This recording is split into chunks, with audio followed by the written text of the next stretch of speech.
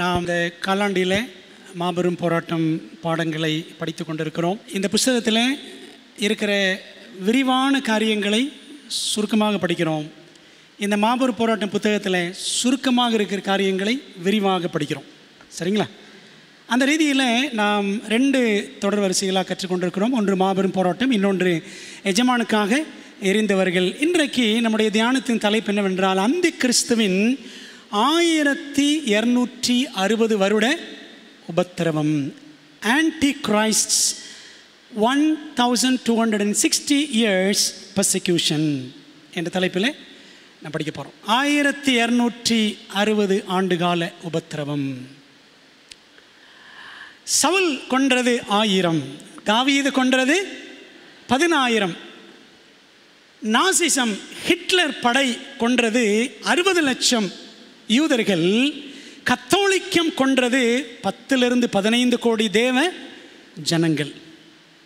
சரித்திரத்தில் நாம் படித்தோம் என்று சொன்னால், இந்த ஹிட்லர் என்ன செய்தானா, 12 ஆண்டுகள் 1933 45 வரைக்கும், 2ஆம் உலகப் போர் முடிகிற வரைக்கும், அந்த 12 ஆண்டுகள் யூதர்கள் மீது வெறி கொண்டு என்ன செய்தான், 60 லட்சம் யூதர்களை கொலை செய்தான் ஹிட்லர். அதற்கு அவன் பயன்படுத்தின 60 லட்சம் பேரும் கொல்லணும் அப்படின்னா அவனுக்கு எவ்வளவு பவர் இருந்திருக்கணும், எவ்வளவு படைகள் இருந்திருக்கணும், என்னென்ன வழிமுறைகளை அவன் கையாண்டிருக்கணும். அப்படி கையாண்டு வழிமுறைகள் என்னென்னு பார்த்தீங்கன்னா, கான்சன்ட்ரேஷன் கேம்ப்ஸ், வன்கொடுமை முகாம்கள், டெத் கேம்ப்ஸ், மரண முகாம்கள், அதே மாதிரி கேஸ் சேம்பர்ஸ், விஷவாயு அறைகள் என்றெல்லாம் அவன் 12 வருஷத்துக்கே இவ்வளவு தந்திரங்களை பயன்படுத்தினான் என்று சொன்னால், நமக்கு ஒரு கேள்வி வரணும். 12 நூற்றாண்டுகளுக்கு மேலாக கத்தோலிக்கம் என்ன செய்தது? 10-15 கோடி கிறிஸ்தவர்களை கொன்றது என்றால், இதில் யாருங்க சவுல் பெருசா, தாவீது பெருசா? யார்?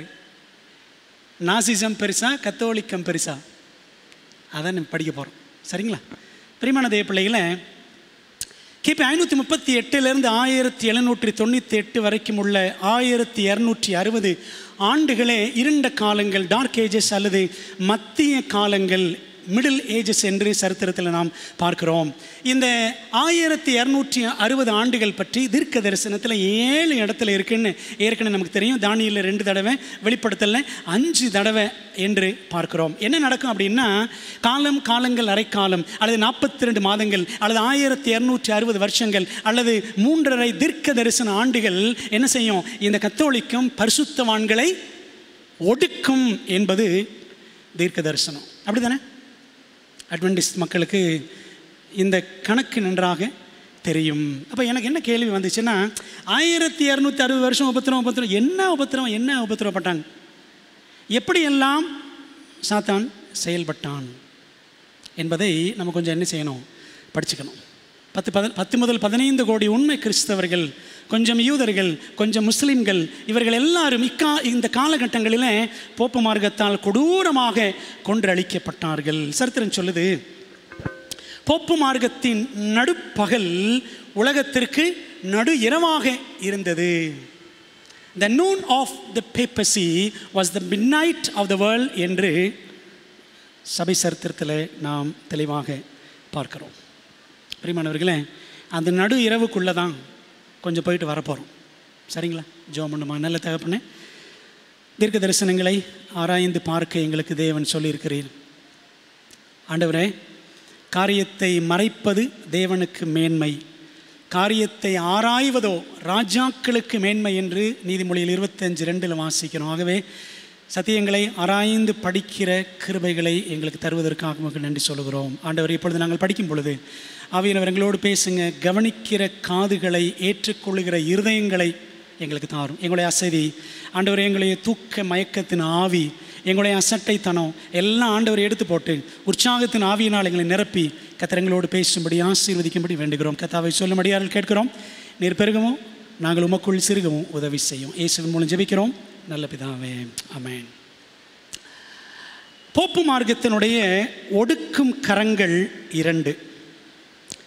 2 கரங்களை நமக்கு எப்படி வலதுகை இடதுகைன்னு இருக்கோ அதே மாதிரி போப்பு மார்க்கத்துக்கு 2 கரங்கள் இருந்தன. ஒன்று என்னன்னு பார்த்தீங்கன்னா தண்டனை மன்றம், ஹோலி ஆஃபீஸ் ஆஃப் தி இன்குவிசிஷன். இன்னொன்று இயேசு சங்கம்.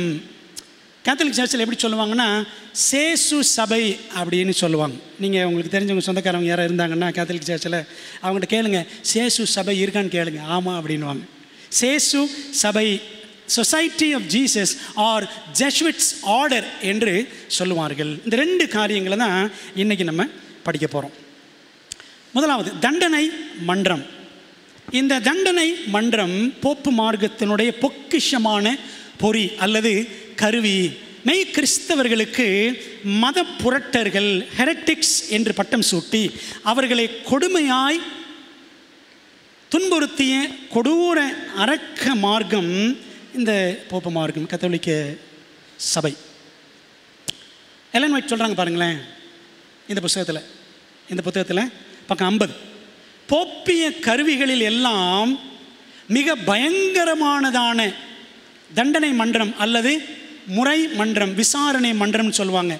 இந்த விசாரணை மன்றம், தண்டனை மன்றம் 13ஆம் நூற்றாண்டில் உருவாக்கப்பட்டது அப்படின்னு எலன் ஒயிட் எழுதுகிறாங்க.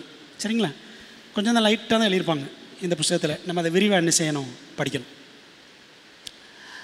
In the 13th century was established that most terrible of all the engines of the papacy, the Inquisition என்று ஆங்கிலத்திலே பக்கம் 59 வாசிக்கிறோம். மத புரட்டர்கள், அதாவது இன்குவிசிஷன் என்ற வார்த்தையை நீங்கள் கொலின்ஸ் டிக்ஷனரியில் பார்த்தீங்கன்னா மத புரட்டர்கள் அல்லது முரண் கோட்பாட்டினரை, முரணான கோட்பாடு உள்ளவர்களை பரீட்சை பார்த்து அவர்களை தண்டிப்பதற்காகவே ரோமன் கத்தோலிக்க சபையில் ஏற்படுத்தப்பட்ட ஒரு நீதிமன்றமே தண்டனை மன்றம் அப்படின்னு ரொம்ப தெளிவாக டிக்ஷனரியில் இருக்குது. அப்புறம் உங்களுக்கு சிம்பிளாக சொன்னாங்க, யார் பைபிளை ஃபாலோ பண்ணுறாங்களோ அவங்கெல்லாம் ஹெரட்டிக்ஸ். அவங்கள தண்டிக்கிறதுக்காக ஒரு மன்றத்தை உருவாக்கி வச்சிருந்துச்சு இந்த கத்தோலிக்க சபை. அதுதான் தண்டனை மன்றம் அப்படின்னு பார்க்குறோம். போப் 9ஆம் கிரிகரி என்பவர் 6 ஆண்டுகள் அவர் போப்பாக இருந்த காலகட்டத்தில் அவர் என்ன செய்கிறாரா, இந்த ஹோலி ஆஃபீஸ், இந்த விசாரணை மன்றம் என்ற ஒரு பரிசுத்தமான பொறுப்பை டொமினிக் மங்ஸ், டொமினிக்க கத்தோலிக்க துறவிகளிடத்தில் இந்த பொறுப்பை ஒப்பு கொடுத்தாராம். 1233ஆம் வருஷத்தில் இந்த பொறுப்பு ஒப்படைக்கப்பட்டது. ஏறக்குறைய 600 ஆண்டுகள், 6 centuries, 600 ஆண்டுகளாக தேவ ஜனத்துக்கு விரோதமான கொடுங்கோலனாக இந்த மன்றம் செயல்பட்டது அப்படின்னு சரித்திரம் சொல்லுது. தண்டனை மன்றம் என்ற பெயரே அந்த காலத்தில் கிறிஸ்தவர்கள், யூதர்கள், முஸ்லிம்கள் இவங்க இருதயத்தில் அச்சத்தை உண்டாக்கியது.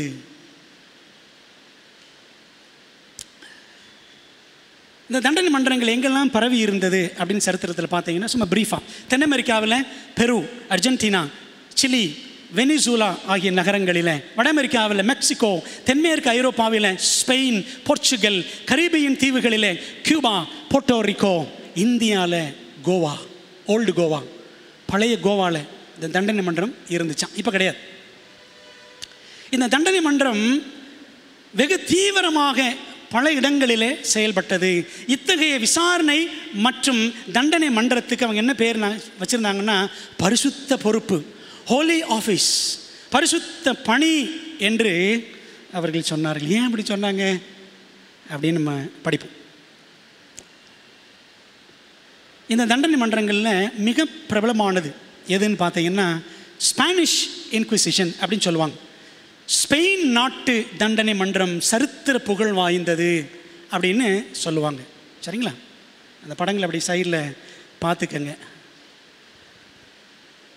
கிபி 1478 கிபி 1834 வரைக்கும் 356 ஆண்டுகளாக 15க்கும் அதிகமான இடங்களில், குறிப்பாக ஸ்பெயின் நாட்டில் இந்த தண்டனை மன்றங்கள் செயல்பட்டன அப்படின்னு படிக்கிறோம். கத்தோலிக்க கொள்கைகளுக்கு எதிரடையாக செயல்படும் மத புரட்டர்களையும், அதாவது புராட்டஸ்டன்ட் கிறிஸ்தவர்கள், பைபிளை ஃபாலோ பண்ணுறவங்க, அப்படிப்பட்டவர்களையும் வால்தன்ஷியர்களையும் விசாரிப்பதற்கு கிபி 1200 வாக்கில் போப் 3ஆம் இன்னசென்ட் விசாரணையாளர்களை அனுப்பினான். பேர் தாங்க இன்னசென்ட்டு, ஆனால் அந்த ஆள் இன்னசென்ட் கிடையாது. சரிங்களா? இன்னசென்ட் கிடையாது. இன்னசென்ட்னா ஐயோ ஒன்றும் தெரியாதவர்னு சொல்லுவாங்களே, வாயில்லா பூச்சி, அபராணின்னு வாங்க. இந்த ஆள் அபராணி கிடையாது, பிராணி. அநேகர் என்ன செஞ்சிருக்கிறாரு, கொன்றளித்த மனிதன் இந்த போப் இன்னசென்ட் என்று சொல்லி நம்ம சரித்திரத்தில் வாசிக்கிறோம். ஸ்பெயின் நாட்டின் அரசன் இந்த தண்டனை மன்றங்கள் செயல்பட்ட பொழுது என்ன பண்ணுறாங்க, ஃப்ரான்ஸில் அதை தடுத்துறாங்க வேண்டான்னு சொல்லிட்டு, ஜெர்மனியில் தடை பண்ணிடுறாங்க, இந்த தண்டனை மன்றங்கள் எங்கள் நாட்டில் வேணாம் அப்படின்னு சொல்லிட்டு தடுத்தார்கள். ஆனால் ஸ்பெயின் நாட்டில் இருந்த அரசன் ஃபெர்டினாண்ட் என்ற ஒரு அரசனும் அரசி இசபெல்லா என்ற அரசியும் என்ன செய்தார்களாம், தண்டனை மன்றத்தை ஆதரித்தார்கள். ஸ்பெயின் நாட்டில், இந்த ஸ்பெயின் நாட்டில் இருந்த ஒரு பிரதான விசாரணையாளர், சீஃப் இன்குவிசிட்டர், தண்டனை மன்றத்தின் விசாரணையாளர் யாருன்னு பார்த்தீங்கன்னா தாமஸ் டி டார்க்கிமடா. தாமஸ் டி டார்க்கிமடா ஒரு கொடூரமான மனுஷன். இவன் பணிபுரிந்த 18 ஆண்டுகளில் 1480 1498 வரைக்கும் என்ன செஞ்சானா, 10,220 பேரை அவன் உயிரோடு எரித்து கொண்டிருக்கிறான். 97,322 பேரை சிறையில் அடைத்து அவன் சித்திரவதை செய்திருக்கிறான். இவன் என்ன செய்வானா, அந்த ஸ்பெயின் நாட்டு அரசி இசபெல்லாட்ட போய் அவன் தூண்டிக்கிட்டே இருப்பானான், யூதர்களை கொல்லணும், நிறைய பேர் கொல்லணும், கத்தோலிக் சபைக்கு எதிராக இருக்கிறவங்களை அழிக்கணும் அப்படின்னு தூண்டி விட்டே இருப்பானான் டார்க்கிமடா என்று சரித்திரம் நமக்கு சொல்லுகிறது. ஆனால் என்ன ஆச்சுன்னா, போக போக ஜூலை 15 1834 வருஷத்தில் குயின் மதர் கிறிஸ்டினா என்ற ஒரு அரசி பிறப்பித்த சட்டத்தின் அடிப்படையில் ஸ்பெயின் நாட்டு தண்டனை மன்றங்கள் எல்லாத்தையும் என்ன பண்ணிட்டாங்க, முடக்கினார்கள். ஆனாலும் அது வரைக்கும் அந்த 600 ஆண்டுகளுக்குள்ளே பார்த்தீங்கன்னா ஸ்பெயினில் மட்டும் 31,912 பேர் கொல்லப்பட்டார்கள். 2,91,450 பேர். இதை நம்ம பொருள் வாங்கின மாதிரி கணக்கு இருக்கு பாருங்க. 2,91,450 பேர் இருட்டறைகளில் அடைக்கப்பட்டு சித்திரவதை செய்யப்பட்டார்கள். அது வரைக்கும் அந்த தண்டனை மன்றங்களை ஒழிக்கிற வரைக்கும் ஸ்பெயினில் இப்படி நடந்துச்சு அப்படின்னு பார்க்குறோம். அன்பானவர்களே, தீர்க்க தரிசனத்தில் இருக்குது, பரிசுத்தவான்களை அந்த சின்ன கொம்பு ஒடுக்கியது அப்படிலாம் வாசிக்கிறோம். எப்படி ஒடுக்குனாங்க? முதல் கருவி என்னது? தண்டனை மன்றம். இது முதல் கருவி. இந்த தண்டனை மன்றத்தில் என்னென்ன சித்திரவதை முறைகள் அப்படின்னு பார்த்தீங்கன்னா, மதப்புரட்டர்களை புரட்டி எடுத்து சித்திரவதை செய்வதில் இந்த போப்பு மார்க்க கைக்கூலிகள் கைதேர்ந்தவர்களாக இருந்தார்கள். கொடுமைப்படுத்துவதில் அவர்களுக்கு நிகர் அவர்கள்தான். எப்படி கொடுமைப்படுத்துறதுன்னு சொல்லிட்டு இதுக்கே சில டாக்டர்ஸ் வச்சுருப்பாங்களாம். சில டாக்டர்ஸ் எப்படி புதுசாக கண்டுபிடிங்க அப்படின்னு சொல்லி இன்டெலிஜென்ட் பீயிங்ஸ், ரொம்ப அறிவாளிகள் அதுக்குன்னே வேலைக்கு வச்சுருந்தாங்களாம். சித்திரவதை செய்வதற்கென்றே பல அறைகள் கொண்ட சிறைகளை அவர்கள் உருவாக்கி வைத்திருந்தார்கள். முதல் வகை சிறை என்னன்னு பார்த்தீங்கன்னா பப்ளிக் பிரிசன், பகிரங்க அல்லது பொது சிறை. இங்கே யாரை போடுவாங்கன்னா, சமுதாய விதிகளுக்கு எதிராக, சமுதாய விதிகள் சட்டங்களுக்கு எதிராக தீங்கிழைத்தவர்கள் என குற்றம் சுமத்தப்பட்டவர்கள் இங்கே அடைக்கப்பட்டனர். அதாவது எல்லாரும் கரெக்டாக போயிட்டுருக்காங்க, சர்ச்சுக்கு போயிட்டுருக்காங்க, இவன் புதுசாக வந்து பைபிள் அப்படின்றான், சமுதாயத்துக்கு எதிராக செயல்படுறான், சரிங்களா அப்படின்னு என்ன செஞ்சிருவாங்க, இந்த பகிரங்க சிறையில் தள்ளுவார்கள். ரெண்டாவது மத்திய சிறை, மிடில் பிரிசன் அப்படின்னு சொல்லுவாங்க. பரிசுத்த பணியான இந்த தண்டனை மன்றத்தை சார்ந்தவர்களும் ஊழியக்காரர்களும் கத்தோலிக்க விசுவாசத்துக்கு விரோதமாக பயங்கர குற்றம் செய்தால், பழி சுமத்தப்பட்டால் அவர்கள் இங்கே அடைக்கப்பட்டார்கள். மிடில் பிரிசன் யாருக்கா? கேத்தலிக் சர்ச்சிலேயே துரோகம் பண்ணவங்க, அவங்களுக்கு இங்கே என்று வாசிக்கிறோம். மூணாவது அந்தரங்க சிறை, சீக்ரெட் பிரிசன்.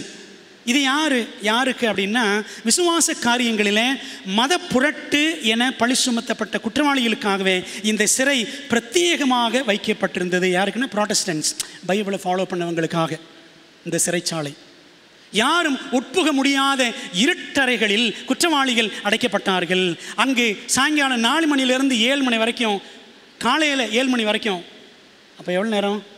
12-15 மணி நேரம் வெளிச்சமே இருக்காது, குளிர் காய்வதற்கு நெருப்பு இருக்காது. அங்கே அவர்கள் சின்ன சத்தம் எழுப்பினால் கூட சித்திரவதை செய்யப்பட்டு கொல்லப்படுவார்கள். இதெல்லாம் தண்டனை மன்றங்களில் இருந்த சிறைச்சாலைகள் அப்படின்னு வாசிக்கிறோம். சில உதாரணங்கள், இந்த சித்திரவதைகளுக்கான சில உதாரணங்கள். ஏன் இதை படிக்கிறோம் அப்படின்னா, ஆண்டுடைய பிள்ளைகள் கடந்த காலங்களில் எப்படியெல்லாம் சத்தியத்துக்காக நின்று இருக்கிறாங்க அப்படின்னு நம்ம கற்றுக்கொள்ள போகிறோம். அவ்வளோதான். சித்திரவதைக்கு சில உதாரணங்கள். தண்ணீர், புனல், புனல் அந்த மண்ணெண்ணெய் ஊற்றுவோம் பார்த்தீங்களா ஸ்டவ்வுக்கு. தண்ணீர், புனல், நெருப்பு, கயிறு, சக்கரம், பாரமான கற்கள் போன்ற பொருட்கள், தண்டனை மன்றம் பயன்படுத்திய இன்னும் நிறைய இரும்பு கருவிகள், இதெல்லாம் சித்திரவதை கருவிகள். என்ன செய்வாங்களா, நிர்வாண நிலையில் எல்லாரும் வதைக்கப்பட்டார்கள். நிர்வாண நிலையில் தான் விசாரணை, தண்டனை எல்லாமே கொடுப்பாங்களாம். பாருங்களேன் என்ன செய்வாங்க அப்படின்னா, சிறை கைதிகளின் கைகளை பின்னாலே கட்டிடுவாங்க, கை ரெண்டையும். அவர்களை ஒரு கயிற்றிலே கட்டி மேலே ஒரு கப்பியில் மாட்டி விடுவார்கள். பாரம் தூக்கும் இயந்திரத்தால் அவர்களை தூக்குவார்கள். சரிங்களா, ஒரு பாரம் தூக்கும் அந்த இயந்திரத்தில் மேலே தூக்குவாங்க. அப்பொழுது அவர்களுடைய கால்களில் பாரமான கற்களை கட்டி கீழே தொங்க விடுவார்கள். மேலே தொங்கிட்டு இருப்பாங்க, காலு கீழே என்ன தொங்குமா, வெயிட்டான கற்கள் தொங்குமா. இப்போ பாருங்கள், இந்த ஜாயின்ஸில் என்னாகும், அந்த மூட்டுகள் எல்லாம் கலண்டும். மேலே 6 அடி உயரத்தில் தொங்கிய நிலையில் கேள்விகள் கேட்கப்பட்டன. பைபிளை மறுதளிக்கிறியா, மரியாதை ஏற்றுக்கிறையா, புரியுதுங்களா, அந்த மாதிரி இயேசுவை மறுதளிக்கிறாயா, சரிங்களா. சிறை கைதியை படுக்க வைத்து வாயை பிளக்க வைத்து ஒரு பெரிய புனலை வாயில் செருகி தண்ணீரை மடமடமடன் ஊற்றுவாங்களாம். 5 லிட்டர்லேருந்து கூடுதலாக போனால் 10 லிட்டர் வரைக்கும் புனல் வழியாக வாய்க்குள் பாய்ச்சுவார்கள். தண்ணீர் மூச்சு குழாய்க்குள்ளே ஏறி திணறல் ஏற்பட்ட நிச்சயம் அநேகர் மரித்திருக்கிறார்கள். மெக்சிகோவில் இந்தியர்களின் மூக்குகள், கைகள், கால்கள், பெண்களின் மார்புகள் எல்லாம் வெட்டப்பட்டன. வெட்டப்பட்ட நிலையில் அவர்கள் கால்களில் சுரை குடுக்கைகளை, தெரியல நமக்கு சுரக்கா, இந்த சுரை குடுக்கைகளை கட்டி ஆழமான காயல்களுக்குள் தூக்கி எறிந்தார்கள். காயல்னா என்னது, காயல் பட்டணம் ஒன்று இருக்குது. காயல் பட்டணம் கேள்விப்பட்டிருக்கீங்களா? காயல் பட்டணம். காயல் அப்படின்னா ஃபேனுக்கு சுற்றுற அந்த காயில் அது கிடையாது. காயல் அப்படின்னா கடலுக்கு பக்கத்தில் உப்பு எடுக்கிறதுக்காகவே கொஞ்சம் தண்ணி என்ன செஞ்சுருப்பாங்க, பிரித்து ஒதுக்கி வச்சுருப்பாங்க. அதுக்கு பேர் தான் காயல். காயல் பட்டணம், சரிங்களா. உப்பு எடுக்கிறதுக்காக தண்ணி அப்படி குளங்குளமாக அப்படி கொட்டை கொட்டையாக வச்சுருப்பாங்க, அதான் காயல். அந்த காயல்களில் என்ன செய்வாங்களாம், காது மூக்கு கையெல்லாம் வெட்டி என்ன தூக்கி போட்டுருவாங்க. அப்போ பாருங்கள், உப்பு தண்ணிக்குள்ளே என்ன செய்யும், எரிச்சல் ஏற்படும். பிரியமானவர்களே, இது ஒரு வகை. இன்னொரு வகை உயிருடன் புதைக்கப்படுதல், இம்யூர்மெண்ட், உயிரோடு புதைச்சிருவாங்க. சில கைதிகள் மனிதத்தன்மையற்ற முறையில் 2 சுவர்களுக்கு இடையில் உயிருடன் புதைக்கப்பட்டார்கள், இம்யூர்மெண்ட். 5வது, செத்துப்போன நபரை தோண்டி எடுத்து எரித்து சாம்பலாக்குதல், எக்ஸியூமிங். செத்துப்போன நபரை தோண்டி எடுத்து, அவர் செத்து எவ்வளவு நாளாக இருக்கும், அவர் எடுத்து திரும்ப எரிக்கிறது. யார் அப்படி செஞ்சாங்க? ஜான் விக்லிஃப் அப்படி செஞ்சாங்கல்ல. 1330 1384 வரைக்கும் வாழ்ந்த ஒரு அருமையான தேவ மனிதன், கத்தோலிக்க சபையை சேர்ந்தவர் தான். அதை விட்டு வெளியில் வந்துட்டார், சரிங்களா. பைபிளை ஏற்றுக்கொண்டார். ஆங்கிலேய ஆன்மீக சீர்திருத்தவாதி, இங்கிலாந்தை சேர்ந்தவர். லத்தீன் மொழியிலிருந்து முழு வேதாகமத்தையும் ஆங்கிலத்தில் முதலில் வெளிக்கொண்டு வந்தார். பைபிளில் ஃபஸ்ட் இங்கிலீஷ் பைபிள்னா யார் தான்? ஜான் விக்லிஃப் பைபிள் தான். அவர் காலத்தில் பிரிண்டிங்லாம் கிடையாது, அச்சு இயந்திரம் கிடையாது, கையிலே எழுதினார். பைபிளை கையிலேயே காப்பீஸ் எடுத்தாங்களாம், புரியுதுங்களா. அந்த காலத்தில் இந்த வேல்டன்சீஸ், அதுக்கப்புறம் சில நூற்றாண்டுகள் கழித்து வந்த ஜான் விக்லிஃப், இவங்கெல்லாம் பைபிளை கையில் எழுதி எல்லாருக்கும் கொடுத்தாங்க. இன்றைக்கி நமக்கு அத்தனை பைபிள் இருக்குது, சில நேரங்களில் மதிக்கிறதே கிடையாது.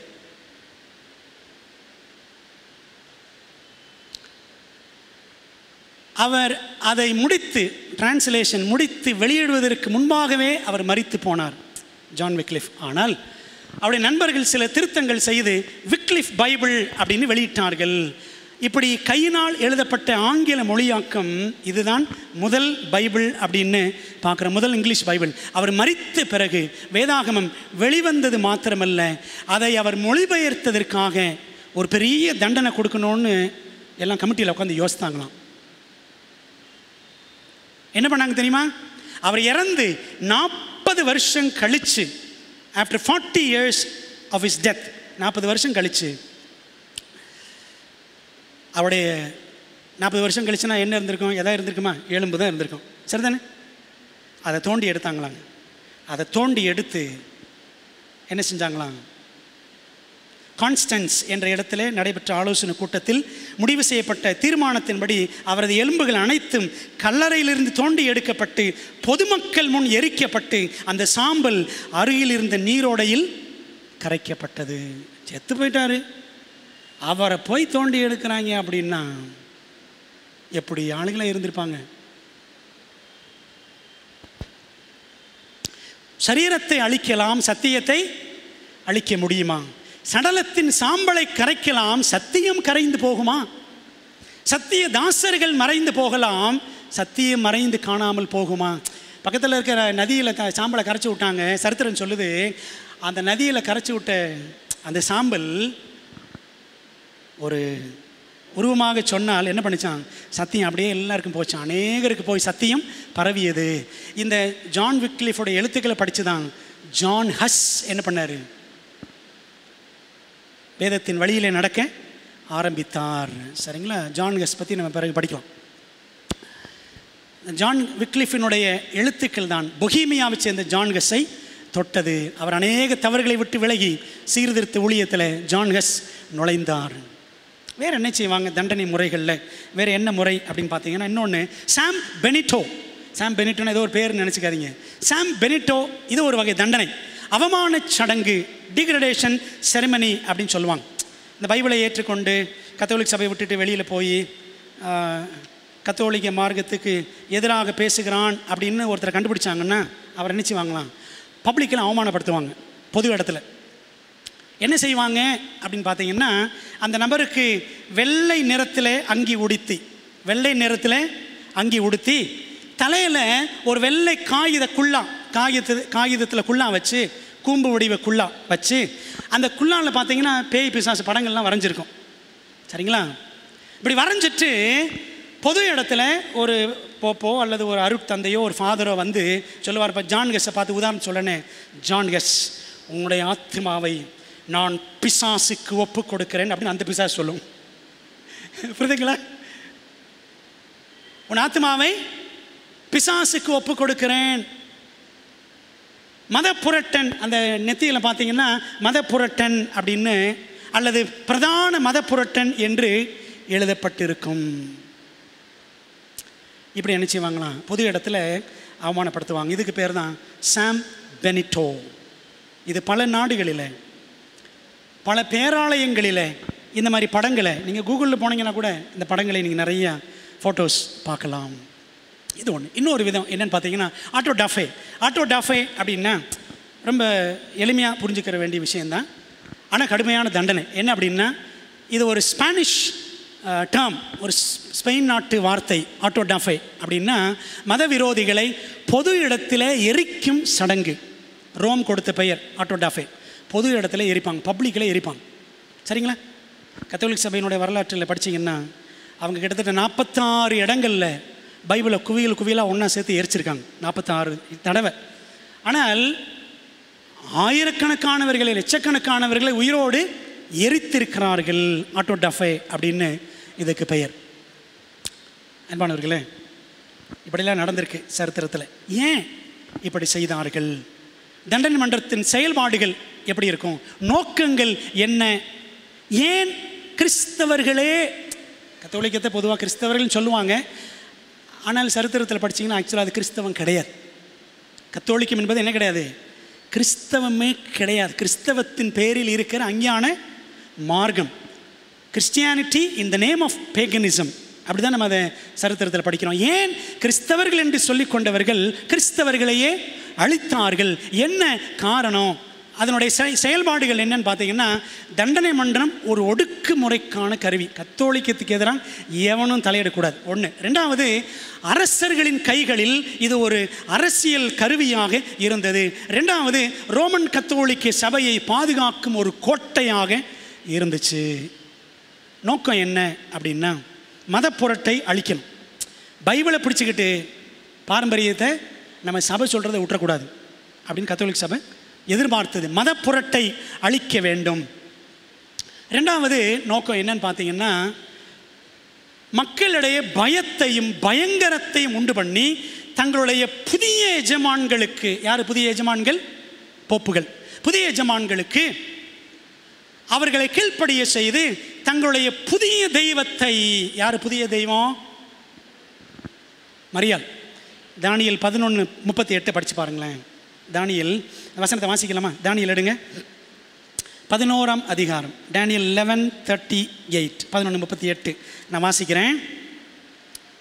அரண்களின் தேவனை தன் ஸ்தானத்திலே கனம் பண்ணி, அரண்களின் தேவனை நீங்கள் மூல பாஷையில் படிச்சீங்கன்னா எப்படி இருக்கும்னா, அரண்களின் தேவதையை கனம் பண்ணின்னு இருக்கும். சரிங்களா? அரண்களின் தேவதை யாரது? மரியாள் அப்படின்னு அவங்க விளக்கம். அந்த புதிய தெய்வத்தை மரியாளை வணங்க கட்டாயப்படுத்த வேண்டும் என்பதுதான் இந்த தண்டனை மன்றங்களுடைய 2வது நோக்கம். 3வது நோக்கம் என்னன்னு பார்த்தீங்கன்னா, தீங்கிழைத்தவனின் ஆத்துமா. இப்போ ஒருத்தர் பைபிளை ஃபாலோ பண்ணுறான்னு வச்சுக்கோங்களேன், ஐயோ தப்பான வழியில் போகிறானே அப்படின்னு கத்தோலிக் சபை கோபப்படுமா. தீங்கிழைத்தவர்களின் ஆத்துமா திருந்தி பரலோகம் செல்ல வேண்டும். ஏன்னா பைபிளை படித்தா நரகத்துக்கு போயிடுவாங்களாம். அந்த ஆத்மா பரலோகம் செல்ல வேண்டும் என்பதை உறுதிப்படுத்தவே கிறிஸ்தவ அன்பின் அடிப்படையில் தண்டனை மன்றம் தன் பரிசுத்த பொறுப்பை நிறைவேற்றியது. சரிங்களா? அது அவங்க ஊழியமாக, அந்த அட்டூழியத்தை ஊழியமாக செஞ்சாங்க. புரியுதா உங்களுக்கு? வசனம் சொல்லுது பாருங்களேன். இயேசு கிறிஸ்து முன்னாடியே சொல்லிட்டார், யோவான் 16:2-3 அவர்கள் உங்களை ஜெபாலயங்களுக்கு புறம்பாக்குவார்கள், மேலும் உங்களை கொலை செய்கிறவன் தான் தேவனுக்கு தொண்டு செய்கிறவன் என்று நினைக்கும் காலம் வரும். ஆண்டு சொன்னார்ல, உங்களை கொன்னாங்கன்னா கொள்றவன் என்ன நினைப்பான்? நான் தேவனுக்கு என்ன செய்கிறேன்? நான் தொண்டு செய்கிறேன் அப்படின்னு யார் நினச்சான்? இந்த கத்தோலிக்க கூட்டம் அப்போ இந்த 13 நூற்றாண்டுகளில் அப்படி நினைத்தது. அவர்கள் பிதாவையும் என்னையும், இயேசுவாகிய என்னையும் அறியாதபடியினால் இவைகளை உங்களுக்கு செய்வார்கள். பார்த்தீங்களா? ஆண்டவர் இயேசு கிறிஸ்து எடுத்துக்கொள்ளப்படுவதற்கு முன்பாகவே அவர் கொடுத்த எச்சரிப்பு தீர்க்க தரிசனமாக அது நிறைவேறியது இருண்ட காலங்களில் என்பதை நாம் திட்டவட்டமாக பார்க்கிறோம். இந்த கத்தோலிக்க சபை தான் பிதாவாகிய தேவனை ஒரு கொடூரமான கோபமுள்ள தெய்வமாக அது காண்பித்தது. பிதா ரொம்ப கொடூரமானவர், ரொம்ப மோசமானவர், அவர்கிட்ட போகணும் அப்படின்னா யார் வழியாக போகணும்? மரியாள் வழியாக தான் போகணும். மரியாள் போய் இயேசு கிறிஸ்து ரெக்கமெண்ட் பண்ணுவாங்க. அதாவது முதல்ல ஃபாதர்ஸ் இருப்பாங்க, போப்புமார்கள் இருப்பாங்க, அவங்ககிட்ட போனோம், அவங்க மரியாள்கிட்ட போவாங்க, மரியாள் போய் இயேசு கிறிஸ்து போவாங்க, இயேசு கிறிஸ்து அப்புறம் பிதாட்ட போவார் அப்படின்னு இவங்க ரூட் போட்டு வச்சுருக்காங்க. NH7 மாதிரி. புரியுதா உங்களுக்கு? ஆனால் பைபிள் அப்படியே சொல்லுது, இல்லை, பிதாவை எங்கும் தொழுது கொள்ளும் காலம் வருகிறது, அது இப்பொழுதே வந்திருக்கிறது, என்னை அன்றி ஒருவனும் பிதாவினிடத்தில் வரான். இயேசு கிறிஸ்து மூலமாகத்தான் பிதாவிட்ட என்ன செய்யணும்? போகணும். ஆனால் அந்த அன்புள்ள பிதாவாகிய தேவனை கத்தோலிக்க எப்படி காட்டுச்சு? ஒரு கொடூரமான கோபமுள்ள ஒரு அரக்கனாக காண்பித்து அப்படி தான் என்ன பண்ணாங்க? இந்த நரகம்ன்ற ஒரு கொள்கையை டெவலப் பண்ணி விட்டாங்க. நரகம் இப்போ இருக்குது, அங்கே எரிஞ்சிக்கிட்டு இருக்குது, இங்கே எரிஞ்சிக்கிட்டு இருக்குது, ஜப்பான் கீழே இருக்குது, சுவிட்சர்லாந்து கீழே இருக்குது அப்படிலாம் சொல்லுவாங்க. சரிங்களா? இந்த பொய்யை யாரும் ஏற்றுக்கிட்டா? இன்றைக்கி எல்லா ஞாயிற்றுக்கிழமை சபைகளும் ஏற்றுக்கிட்டு ஆமாஞ்சம்மை மண்டையாட்டிக்கிட்டு இருக்கு. பிரியமானவர்களே, பிதாவாகிய தேவனை ஒரு கொடூரமானவராக இந்த கத்தோலிக்கம் அன்று காட்டிய அந்த கொள்கை இன்றளவும் அது சபைகளில் பெரிய பாதிப்பை ஏற்படுத்தி இருக்கிறது என்று சொன்னால் அது மிகை ஆகாது.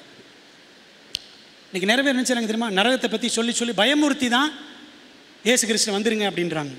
சரிங்களா? பைபிள் படி இப்போ நரகம் இருக்கா இல்லையா? சொல்லுங்கள், இப்போ இருக்கா இல்லையா? இப்போ எங்கேயுமே கிடையாது. சரிதானே? நரகம் என்பது தற்காலிகமானது. ஆண்டோடைய 3ஆம் வருகையில் இந்த பூமி தான் தற்காலிகமாக நரகமாக என்ன செய்யும்? மாறும். ஆண்டவர் நித்தியமாக எரித்து கொண்டே பாவிகளை வதைத்து கொண்டே இருப்பார், அப்படி கிடையாது. சரிங்களா?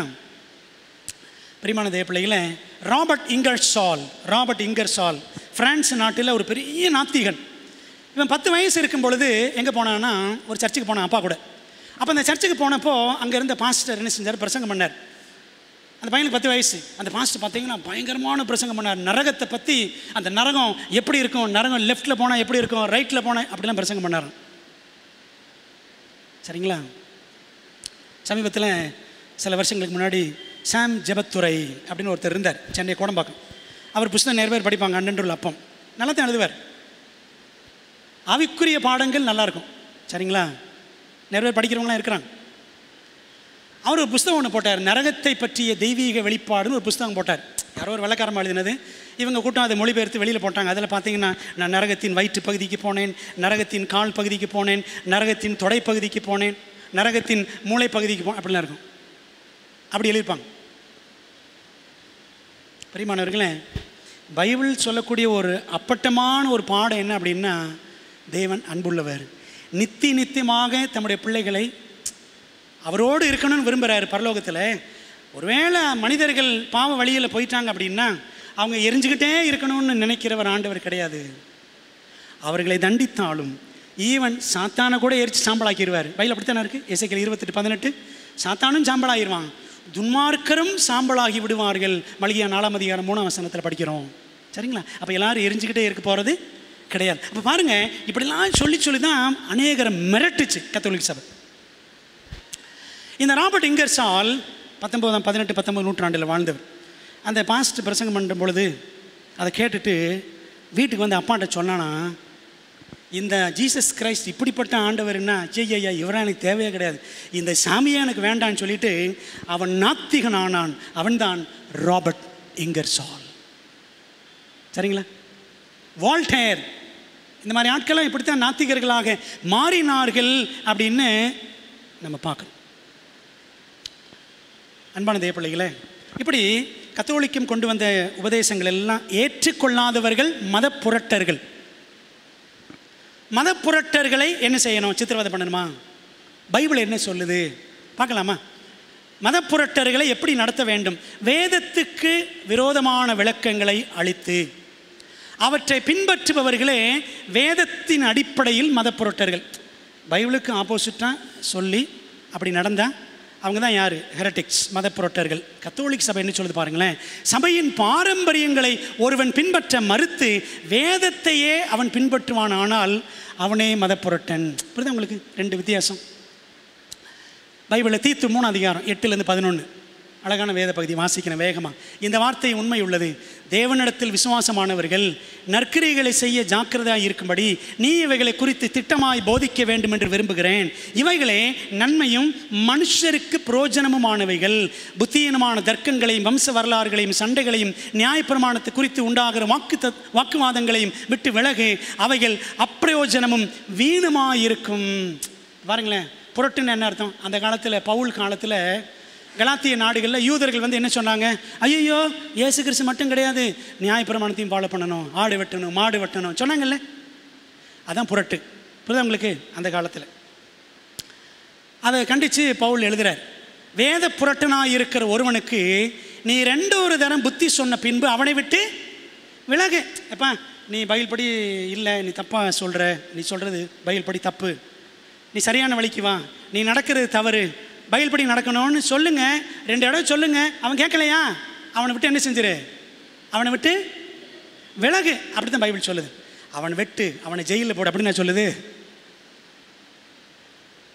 அப்படிப்பட்டவன் நிலை தவறி தன்னிலே தானே ஆக்கினை தீர்ப்புடையவனாய் பாவம் செய்கிறவன் என்று அறிந்திருக்கிறாயே. அவன் பாவம் செய்கிறான், அவனை விட்டு நான் பார்த்துக்குவேன் அப்படின்னு ஆண்டவர் சொல்கிறார். புரியுதா உங்களுக்கு? பிரியமானவர்களே, அப்போ முதல் கருவி என்ன? கத்தோலிக்கத்தின் முதல் கருவி என்ன? முதல் கருவி என்ன? தண்டனை மன்றம், ஹோலி கோர்ட் ஆஃப் இன்குவிசிஷன். ரெண்டாவது இயேசு சங்கம், சொசைட்டி ஆஃப் ஜீசஸ். போப்பு மார்க்கத்தின் மகள் அப்படின்னு சொல்லுவாங்க. போப்பு மார்க்கத்தின் மகளை போல் ஒரு அப்பாவுக்கு ஒரு மகள் எப்படிப்பட்ட பிள்ளை? ரொம்ப செல்லமான பிள்ளை சொல்லுவாங்கல்ல. அப்பாவுக்கு பொண்ணை பிடிக்கும், அம்மாவுக்கு பையனை பிடிக்கும் அப்படின்னு சொல்லுவாங்க. ஓகே, அதே மாதிரி இந்த போப்பு மார்க்கத்துக்கு மகள் போன்றது இந்த இயேசு சங்கம், சொசைட்டி ஆஃப் ஜீசஸ் அல்லது ஜெஸ்விட் ஆர்டர். அந்த மார்க்கத்திற்கு ஒரு முக்கியமான கருவியாக, கத்தோலிக்க மார்க்கத்திற்கு ஒரு முக்கியமான கருவியாக செப்டம்பர் 1540 இந்த இயேசு சங்கம் செயல்பட துவங்கியது. சரிங்களா? 600 ஆண்டுகள் தண்டனை மண்டனம் முடிஞ்சு போச்சு. இப்போ அது கிடையாது, அதை பேன் பண்ணிட்டாங்க. 13ஆம் நூற்றாண்டிலிருந்து 1834 வரைக்கும், 1233 to 1834. சரிங்களா? இது 16ஆம் நூற்றாண்டில், சுருக்கமாக சொன்னால், மார்ட்டின் லூத்தர் சீர்திருத்தம் தொடங்கினார் பார்த்தீங்களா? 1517 ஆணி அடித்தார்ல. இப்படி செய்கிறான நம்ம சர்ச்சிலேருந்து வெளியே போயிட்டு, இவங்க கூட ஆயிரக்கணக்கான கூட்டம் போய்விட்டதேன்னு சொல்லிட்டு இந்த புராட்டஸ்டன்ட் இயக்கத்தை, பைபிளை யார் பின்பற்றுகிறார்களோ அவர்களை அழிப்பதற்காக, ஒடுக்குவதற்காக கொண்டு வரப்பட்ட 2வது அமைப்பு தான் என்னது? இந்த இயேசு சங்கம். தண்டனை மன்றம் போச்சு, இப்போ கிடையாது. ஆனால் இயேசு சங்கம் இன்னும் இருக்கு என்பதை மனதிலே வைத்துக் கொள்ளுங்கள். இதை பற்றி எல்மைட் சொல்கிறாங்க பாருங்களேன். என்ன சொல்கிறாங்க? வாசிக்கிறேன். புராட்டஸ்டன்ட் மார்க்கத்திற்கு கிறிஸ்தவ உலகம் முழுவதிலும் கொடிய எதிரிகளால் அச்சுறுத்தல் ஏற்பட்டது. சரிங்களா? பைபிள் மார்க்கத்திற்கு என்ன உண்டாயிற்றா? பயங்கரமான எதிர்ப்பு, அச்சுறுத்தல் உண்டாயிற்று. சீர்திருத்தத்தின் முதல் வெற்றி கடந்து செல்லவே, என்ன முதல் வெற்றி?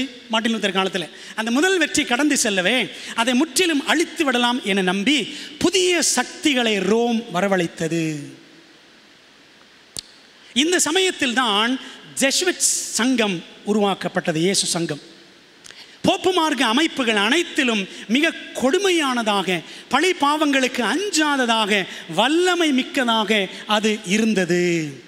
மனித உறவுகளிலும் மனித நலன்களிலும் பற்றற்றவர்களாக, ஆசா பாசமெல்லாம் கிடையாது, இயல்பான பாச உணர்வுகளுக்கு செத்தவர்களாக, பகுத்தறிவும் மனசாட்சியும் முற்றிலும் மழுங்கியவர்களாக, தங்கள் அமைப்பை தவிர வேறு எந்த சட்டத்தையோ உறவையோ அறியாதவர்களாக. கத்தோலிக்க சபை என்ன சொல்லுது? அதுதான். என் புருஷன், பொண்டாட்டி, புள்ள, அம்மா ஒன்றும் கிடையாது. புரியுதுங்களா? இதை பற்றி எப்படி விளக்குவாங்கன்னா, ஒரு கிழவன் கையில் ஒரு தடி இருந்துச்சுன்னா, அந்த தடிக்கு உயிர் இருக்கா? அந்த தடிக்கு உயிர் இருக்கா? உயிர் கிடையாது.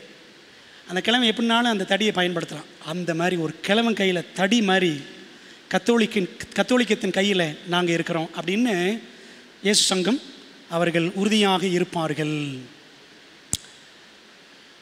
தங்கள் அதிகாரத்தை பரப்புவதை தவிர, கத்தோலிக்க என்ன சட்டம் சொல்லுதோ அந்த சட்டம், எந்த உறவையும் அறியாதவர்களாக தங்கள் அதிகாரத்தை பரப்புவதை தவிர, கத்தோலிக்கத்தை பரப்புவதை தவிர வேறு கடமையை அறியாதவர்களாக இருக்கிறார்கள். மாபெரும் போராட்டம் பக்கம் 212 நாம் இதை வாசிக்கிறோம். சரிங்களா? இது அப்படியே ஆங்கிலத்தில் இருக்குது. இந்த இயேசு சங்கம் எப்பொழுது, எந்த வருஷம் அப்படின்னா யார் என்று பார்த்தால், இக்னேஷியஸ் லயோலா காலேஜ் கேள்விப்பட்டிருக்கீங்களா? லயோலான்னுவாங்க. சரிங்களா? லயோலா காலேஜ் நுங்கம்பாக்கத்தில் இருக்குது, சென்னையில். இந்த இக்னேஷியஸ் லயோலா என்பவர் தான் கிபி 1540-41 அந்த டைமில், 41 ஏப்ரல் மாதத்தில் இந்த சங்கத்தை அதனுடைய முதல் தலைவராக, ஃபர்ஸ்ட் சுப்பீரியர் ஜெனரல், முதல் தலைவராக அவர் நியமிக்கப்பட்டார். சரிங்களா? இந்த சங்கத்தில் இருக்கிற அந்த பிரசிடென்ட்ஸுக்கு பேர் பிளாக் போப். சரிங்களா? கருப்பு போப் அப்படின்னு பேர். சரிங்களா? சரி, நல்லா கவனிங்க. இவர்களுக்கு விசேஷமான சீருடைகள் அப்படிலாம் கிடையாது. குறிப்பிட்ட நாளில் விசேஷ ஆராதனைகளுக்காக எப்பொழுதுமே கூட வேண்டும் என்ற ஒழுங்குகள் கிடையாது. சர்ச்சில் வாரம் கூடணும் அப்படிலாம் ஒன்றும் கிடையாது. தேவைக்கேற்ப அழைக்கப்படும் இடங்களுக்கு அவர்கள் உடனடியாக செல்ல வேண்டும். எங்கே போகணுன்னு கட்டளை வருதோ அங்கே உடனே குயிக்காக போகணும். போப் அரசருக்கு கீழ்ப்படிவதே மிகவும் முக்கியமானது. சரிங்களா? 1556 இந்த சிம்பல் எங்கெல்லாம் இருக்கும்? ஐஹெச்எஸ் இந்த சிம்பல் எங்கெல்லாம் நீங்கள் பார்க்குறீங்களோ, கேத்தலிக் சர்ச் அந்த ஏரியாவில் எங்கெங்கெல்லாம் பார்க்குறீங்களோ அங்கெல்லாம் அந்த ஜெசுட்ஸ் ஆட்கள் இருக்கிறாங்கன்னு அர்த்தம். சரிங்களா? ஓகே.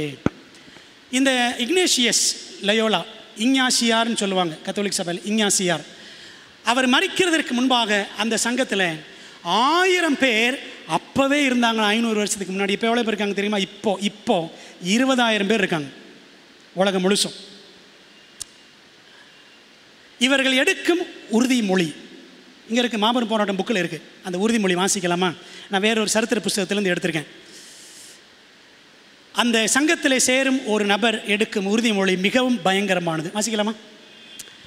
என் சொந்த விருப்பு வெறுப்பு எதுவுமின்றி போப்புவின் இராணுவ சேனை, அதான் எஸ் சங்கம், அந்த சேனையில் உள்ள எனது உயர் அதிகாரிகளின் மூலம் பிறக்கும் ஒவ்வொரு கட்டளைக்கும் தயக்கமின்றி கீழ்ப்படிவேன் என்று உறுதி கூறுகிறேன். நான் செய்ய வேண்டும் என்று கற்பிக்கப்பட்டபடியே சமயம் வாய்க்கும் போது எல்லா மத புரட்டர்கள், புராட்டஸ்டன்ட்டுகள் மற்றும் நவீன இறையியலாளர்களுக்கும் விரோதமாக இரகசியமாகவோ பகிரங்கமாகவோ ஓயாது போர் புரியவும் பூமியிலே அவர்கள் இராதபடிக்கு அவர்களை தேடி அழித்து ஒழித்து கட்டவும் உறுதி கூறுகிறேன். வயது, பாலினம் அல்லது நிலைமை கண்டு எவரையும் விட்டு வைக்க மாட்டேன். வயசு, ஆண், பெண் எதுவும் பார்க்க மாட்டேன். இத்தகைய பொல்லாத புரட்டர்களை தூக்கிலிட்டோ, எரித்தோ, வேக வைத்தோ, தோல் உரித்தோ, கழுத்தை நெரித்தோ, உயிரோடு புதைத்தோ, அவர்களது பெண்களின் கருவறைகளையும் வயிறுகளையும் கிழித்து திறந்து குழந்தைகளின் தலைகளை சுவர்களில் மோதி அடித்தோ, அவர்களது மோசமான சந்ததியை என்றென்றைக்குமாக அழித்தொழிப்பேன். என்ன உறுதிமொழி எடுத்திருக்காங்க பார்க்குறீங்களா? அதை பகிரங்கமாக செய்ய முடியாத பட்சத்தில் விஷக்கோப்பை, கழுத்தை நெருக்கும் கயிறு, குத்துவாள் அல்லது துப்பாக்கி குண்டை ரகசியமாக பயன்படுத்துவேன். அந்த நபர்களின் புகழோ பதவியோ அந்தஸ்தோ அல்லது அதிகாரமோ அவர்களது வாழ்வின் நிலைமை, பொது ஊழியரோ அல்லது தனிநபரோ எப்படி இருப்பனோ, எதிரி எவனாலும் சரி, எந்தவித பாரபட்சமின்றி இயேசு சங்கத்தின் தலைவரோ அல்லது போப்புவின் எந்த முகவரோ அவர்களை அழிக்க சொல்லும் எந்த நேரத்திலும் அப்படியே செய்து முடிப்பேன் என்று உறுதி கூறி அறிவிக்கிறேன். யாருனாலும் சரி, அது ஜான் எஃப் கென்னடினாலும் சரி, அல்லது ஆபிரகாம் லிங்கன்னாலும் சரி, முதலாம் உலகப் போர், 2ஆம் உலகப் போர், டைட்டானிக் கப்பல், எதுனாலும் சரி, எல்லாத்துக்கும் பின்னாடி இந்த கூட்டம் இருக்குது. பிரியமான தேவ பிள்ளைகளே, இப்படி பகிரங்கமாக அவங்க நினைச்சு வாங்கலாம். அவங்க சங்கத்தில் ஒரு தீர்மானம் எடுப்பாங்களாம். பொய்யான வழியில் போகிறதுக்கு எவ்வளோ தீர்மானம் பாருங்களேன். ஆனால் சத்திய வழியில் போகிறதுக்கு நமக்கு தீர்மானமே இல்லை. அன்பான தேவ பிள்ளைகளே, ஏன் இதெல்லாம் இப்படி செய்கிறாங்க அப்படின்னு பார்த்தீங்கன்னா, அவங்கள நோக்கம் உலகம் முழுவதையும் ஒரு குடையின் கீழ் கொண்டு வர வேண்டும். உலகம் முழுவதும் ஒரு குடையின் கீழே கொண்டு வரணும், அவ்வளோதாங்க. எப்படி பாபேல் கோபுரம் கட்டும் பொழுது என்ன நோக்கம்? உலகத்தெல்லாம் எல்லாம் ஒரே பாஷை, ஒரே நகரம், அப்படி தானே? அது வெறும் கதை நினச்சிடாதீங்க. பாபேல் கோபுரம் அதிலேருந்து வந்ததான் பாபிலோன், மகா பாபிலோன். வெளிப்படத்தில் படிக்கிறோம்ல, அந்த ஆவிக்குரிய பாபிலோன் தான் எது? கத்தோலிக்க மார்க்கமோ அது கீழே இருக்கிற எல்லா கூட்டணிகளும். சரிங்களா அன்பான தேவ பிள்ளைகளே? அப்போது அன்னைக்கே பாபேல் கோபுரம் கட்டும் பொழுதே எல்லாம் ஒன்றா சேர்க்கணும்னு நினச்சி நிம்ரோத் கூட்டம் செயல்பட்டது.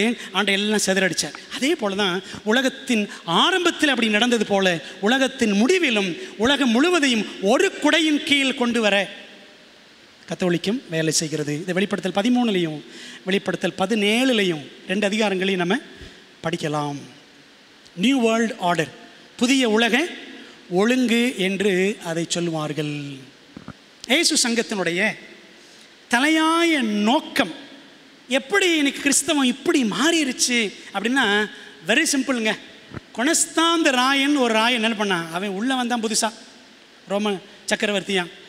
அவன் வந்ததுக்கப்புறம் மார்ச் 7 கிபி 321 ஓய்வு நாளை சனிக்கிழமையிலேருந்து ஞாயிற்றுக்கிழமைக்கு அவன் என்னைக்கு மாற்றினானோ அன்னையிலேருந்து கிறிஸ்தவம் இன்னைக்கு வேறு திசையில் போயிட்டு இருக்கு.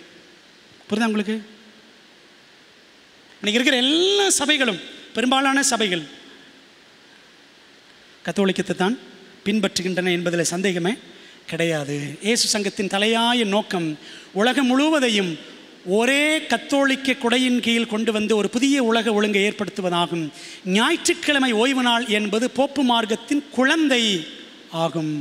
Child of papacy, Sunday worship என்று உலக புகழ்பெற்ற பெண் எழுத்தாளரான எலன் ஒயிட் குறிப்பிடுகிறார். பிரியமானவர்களே, அதான் உண்மை. சரிங்களா? இந்த கான்ஸ்டன்டைன் அன்னைக்கு தொடங்கி விட்டான். இன்றைக்கி கிறிஸ்தவம் வேறொரு வடிவத்தில் இன்றைக்கி செயல்பட்டு கொண்டிருக்கிறது என்பதில் எந்த சந்தேகமும் இல்லை. இன்றைக்கி நிறைய சபைகள் நாங்கள் பைபிளை தான் ஃபாலோ பண்ணுறோன்னு சொன்னாலும் உண்மையிலே கொஞ்சம் பைபிள் கொஞ்சம் கத்தோலிக்கம் அப்படி தான் போய்கிட்டு இருக்குது என்பதில் கொஞ்சம் பைபிள் நிறைய கத்தோலிக்கம் அப்படி தான் சொல்லணும். மீண்டும் அந்த ஞாயிறு அன்னைக்கு கான்ஸ்டன்டைன் கொண்டு வந்த சட்டம், முதல் சட்டம் ஞாயிறு அசைப்பு சட்டம், கடைசியில் என்ன செய்ய போகுது? மறுபடியும் ஒரு உலகளாவிய சட்டமாக வரப்போகிறது. உலகம் முழுவதும் ஞாயிறு ஆசரிப்பு கட்டாயப்படுத்தப்படும் என்று வெளிப்படுத்தல் 13 வாசிக்கிறோம். அமெரிக்கா அதற்கு துணை போகும். சரிங்களா? இப்படி இந்த உலகம் முழுவதும் ஞாயிறு சட்டத்தை கொண்டு வருவதற்கு முதுகெலும்பாக இருக்க போகிற அமைப்பு எது? இயேசு சங்கம். இன்றைக்கி நம்ம கேள்விப்பட்டோம் பார்த்தீங்களா, அந்த ரகசிய வருகை. கேத்தலிக் சர்ச் தான் கொண்டாந்துச்சு அதை, ரகசிய வருகை. இந்த அந்நிய பாஷை பேசுகிறது, நரகம் எரிஞ்சுக்கிட்டே இருக்கும், கிறிஸ்மஸ்ஸு, ஈஸ்டரு, புரியுதுங்களா, ஞாயிற்றுக்கிழமை ஆசரிப்பு, எல்லாமே கேத்தலிக் சர்ச் தான் கொண்டு வந்துச்சு. அன்பான தேவ பிள்ளைகளே, ஆகவே அதனால தான் சொன்னேன், இன்றைக்கி நிறைய சபைகள் பைபிளை கிடையாது, எதை பின்பற்றிட்டு இருக்காங்க? கத்தோலிக்கத்தின் பாரம்பரியங்களை பின்பற்றி கொண்டு இருக்கிறார்கள். இது குற்றஞ்சாட்டுதலுக்காக சொல்லவில்லை, இதுதான் நிதர்சனமான உண்மை என்பதற்காக சொல்லுகிறேன். பிரியமானவர்களே, இப்போ இன்னைக்கு இந்த இயேசு சங்கத்துக்கு யார் பிரசிடென்ட்? பிளாக் போப், கருப்பு போப் யார் அப்படின்னா Arturo Sosa, father Arturo Sosa. இவர் தான் இக்னேஷியஸ் லயோலாவிலிருந்து 31வது சுப்பீரியர் ஜெனரல் பிளாக் போப். இவர் தான் அக்டோபர் 14, 2016 இவர் இருக்கிறார். தென் அமெரிக்காவின் வெனிசுலா நாட்டை சேர்ந்தவர். இயேசு சங்க தலைமையகம் எங்கே இருக்குது? ரோமாபுரியில் இருக்குது. சரி, இந்த படத்தை பாருங்களேன், ஒருவேளை உங்களுக்கு கிளியராக தெரியுதான்னு தெரியல. யார் யார் இருக்கா? ஒயிட் போப், பிளாக் போப், 2 பேர் இருக்காங்க. நமக்கு பெரும்பாலும் தெரிஞ்சது ஒயிட் போப்பு தான், சரிதானே? ஆனால் பிளாக் போப்னு ஒருத்தர் இருக்கிறார், அதான் இயேசு சங்கத்தினுடைய தலைவர். சரிங்களா? இதில் உண்மை என்னன்னு பார்த்தீங்கன்னா, இந்த பிளாக் போப் என்ன சொல்கிறாரோ அதைத்தான் யார் கேட்கணும்? ஒயிட் போப் கேட்கணும். ஒயிட் போப் கேட்கலன்னு வச்சுக்கோங்களேன், இந்த பிளாக் போப் கூட்டம் ஒயிட் போப்பை போட்டு தள்ளிடும். புரியுதா உங்களுக்கு? ஓகே, என்கிட்ட ஒரு புக் இருக்குங்க. நம்ம அட்வென்டிஸ்ட் போதகர் ஒருத்தர் சமீபத்தில் ஒரு புஸ்தகம், ஆந்தனி ரைக்கர்ஸ் என்ற ஒரு ஊழியக்காரர் ஒரு புஸ்தகம் ஒன்று வெளியிட்டிருக்கிறார். இங்கிலீஷில் இருக்குது, தமிழில் கிடையாது. பிளாக் ரோப் என்ற புத்தகம். Who is really in control? கருப்பு அங்கி, உண்மையிலேயே யார் கட்டுப்பாட்டில் இருக்கிறார்கள் ஒரு புஸ்தகம். இந்த இயேசு சங்கத்தை பற்றி ஒரு ஃபுல் புக்குங்க நம்ம நாட்டில் போட்டிருக்கிறாங்க. இதை பேசுவது வேறு எந்த சபையும் பேச மாட்டாங்க. ஆண்டவர் நம்முடைய சபைக்கு தான் சத்தியங்களை, பயங்கரமான காரியங்களை நமக்கு வெளிப்படுத்தி இருக்கிறார். ஒருவேளை இந்த புக்கு உங்களுக்கு வேணும்னு சொன்னால் உங்களுக்கு ஃப்ரீயாக கிடைக்கும். ஃப்ரீயாக கிடைக்கும்னு வாங்கிட்டு போய் படி போட்டுறாதீங்க. படிப்பீங்கன்னா சொல்லுங்கள், நிறைய புஸ்தகத்தை இதை அச்சிட்ருக்கிறாங்க, படிங்க. நிறைய படங்களோடு நிறைய இருக்கும். இந்த 2 பேர் தான் இப்போ இருக்கக்கூடிய வெள்ளை போப், கருப்பு போப் என்று இன்றைக்கி நம்ம கண்ணு முன்னாடி பார்க்குறோம். இந்த இயேசு சங்கத்தினுடைய நோக்கங்கள் என்ன? நோக்கம் எல்லாத்துக்கும் நோக்கம் இருக்கும்ல. பாருங்களேன், இவங்க எல்லா இடத்துலையும் இந்த மாதிரி கோட் போட்டு தான் இருப்பாங்க நினைக்காதீங்க. கோட்டு போட்டு டீசெண்டாக இருப்பாங்க. அவங்க ஒரு வேளை எப்படி இருப்பாங்க? மந்திரவாதிகள் மாதிரி இருப்பாங்க. சரிங்களா? ஈவன் ஹிட்லர் கூட கத்தோலிக்க சபையை சேர்ந்தவன் தான். சரிங்களா? ஓகே, இந்த சங்கத்தார் சூனியக்காரர்கள் மற்றும் லூசிஃபரின் பின்னடியார்கள் என்பதில் சந்தேகமில்லை. அவர்களது தேவன் யார் அப்படின்னா லூசிஃபர் தான். லூசிஃபரின் வர்ஷிப், லூசிஃபர் தான் வணங்குவாங்க. சரிங்களா? சாத்தானை அவர்கள் நம்புவதில்லை, ஆனால் லூசிஃபர் என்று அழைக்கிறார்கள். சரிங்களா? அவங்க நோக்கம் என்ன? பணமே அவர்களது பிரதான குறிக்கோள்.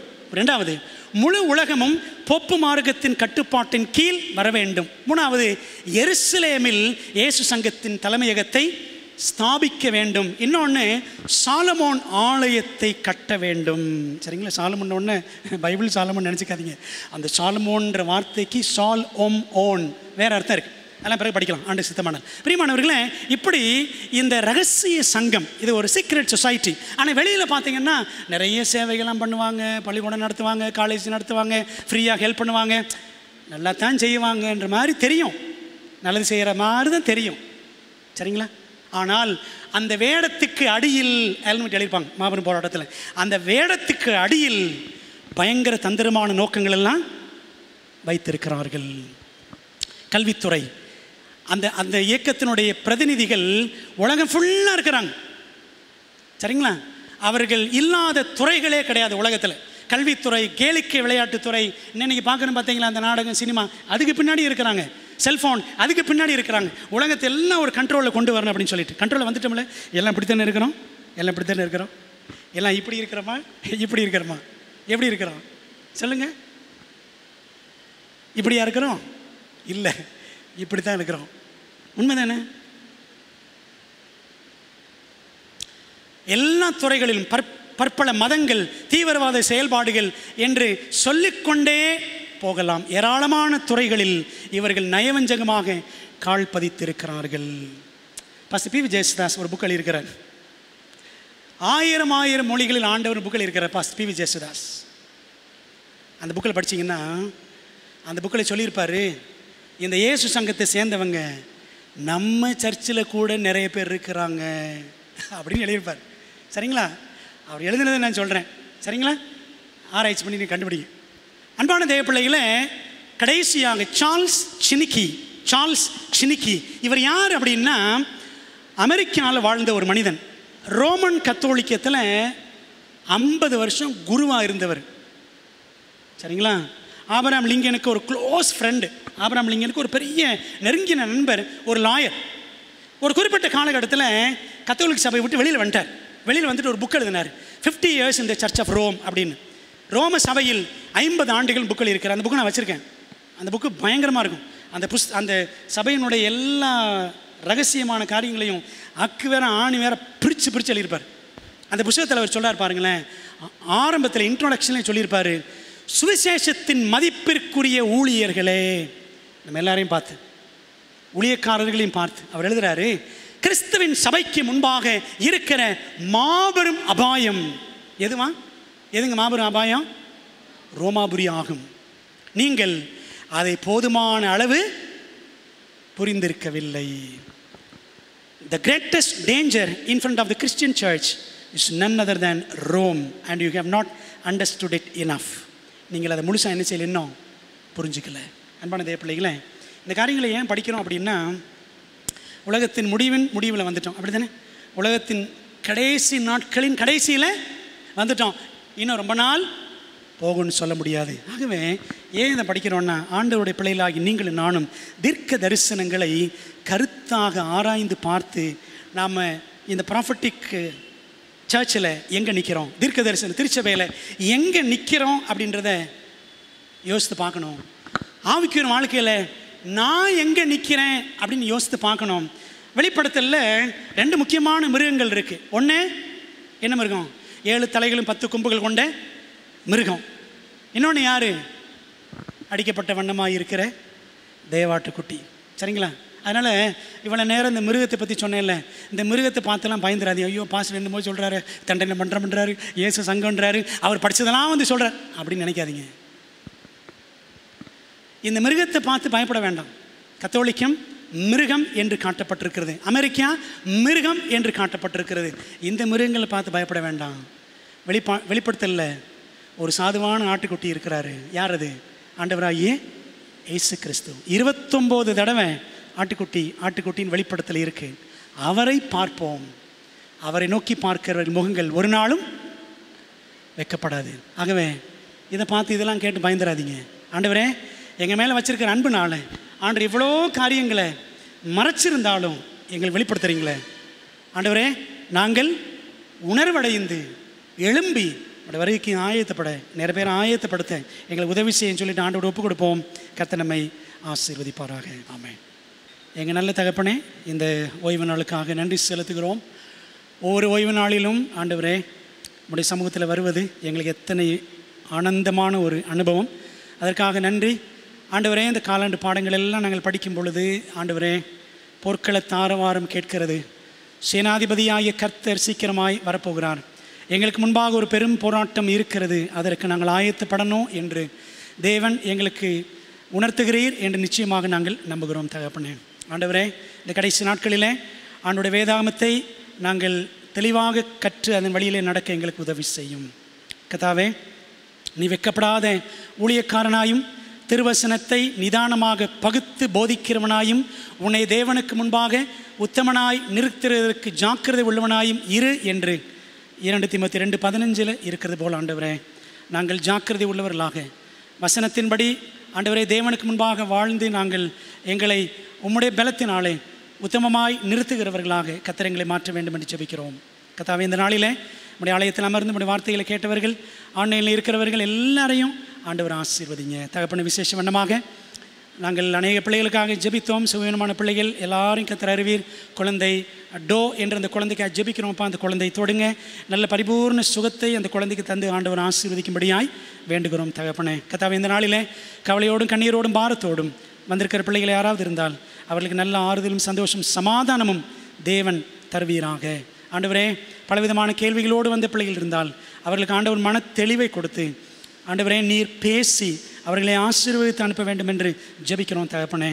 நோய் நொடிகளோடு வந்திருக்கிற பிள்ளைகள் இருந்தால் அவர்களை ஆண்டவர் தொட்டு நல்ல சுகத்தை விடுதலையை கொடுக்க வேண்டும் என்று ஜெபிக்கிறோம். சபையில் இருக்கிற கர்ப்பஸ்திரீகள், இன்னும் வயதான பெற்றோர்கள், சிறு குழந்தைகள், திருமணத்திற்காய் காத்திருக்கிறவர்கள், அடுத்து தங்களுடைய பள்ளிக்கூடத்திற்கு ஆயத்தமாகிற பிள்ளைகள், பணிகளுக்கு ஆயத்தமாகிற பிள்ளைகள் எல்லாரையும் ஆண்டவர் ஆசீர்வதிப்பீராக. சபையின் மூலமாக நடக்கிற எல்லாவித ஊழியங்களையும் ஆசீர்வதியும். ஆன்லைன் ஊழியங்களை ஆண்டவர் இன்னும் பெருக பண்ண வேண்டும் என்று ஜெபிக்கிறோம். இதற்கு ஒத்தாசையாக இருக்கிற வாலிய பிள்ளைகளை ஆண்டவர் மென்மேலும் ஆசீர்வதியும். அவர்களும் உமக்குள் வளர நீர் உதவி செய்ய வேண்டும் என்று ஜெபிக்கிறோம். அப்பா, இந்த நாளிலே கர்த்தர் எங்களோடு பேசினீர், அதற்காக நன்றி. ஆண்டவர் தொடர்ந்து உம்முடைய சத்தத்தை எப்போதும் கேட்கிறவர்களாக, வேதாகமத்தையும் தீர்க்க தரிசனாவி புத்தகங்களையும் கருத்தோடு படிக்கிறவர்களாக, நேரம் உம்முடைய சமூகத்தில் செலவழிக்கிறவர்களாக ஆண்டவர் எங்களை மாற்ற வேண்டும் என்று ஜெபிக்கிறோம். எங்கள் ஜெபத்தை ஏற்றுக்கொள்ளுங்க, ஆசீர்வதித்து எங்களை அனுப்புங்கப்பா. இயேசுவின் நாமத்தில் ஜெபிக்கிறோம் ஜெபங்கேலும் நல்ல பிதாவே, ஆமென். பரமண்டலங்களில் இருக்கிற எங்கள் பிதாவே, உம்முடைய நாமம் பரிசுத்தப்படுவதாக, உம்முடைய ராஜ்யம் வருவதாக, உம்முடைய சித்தம் பரலோகத்திலே செய்யப்படுவது போல் பூமியிலும் செய்யப்படுவதாக. எங்களுக்கு வேண்டிய ஆகாரத்தை இன்று எங்களுக்கு தாரும். எங்கள் கடனாளிகளுக்கு நாங்கள் மன்னிக்கிறது போல் எங்கள் கடன்களை எங்களுக்கு மன்னியும். எங்களை சோதனைக்கு பிரவேசிக்க பண்ணாமல் தீமையை ரட்சித்துக் கொள்ளும்.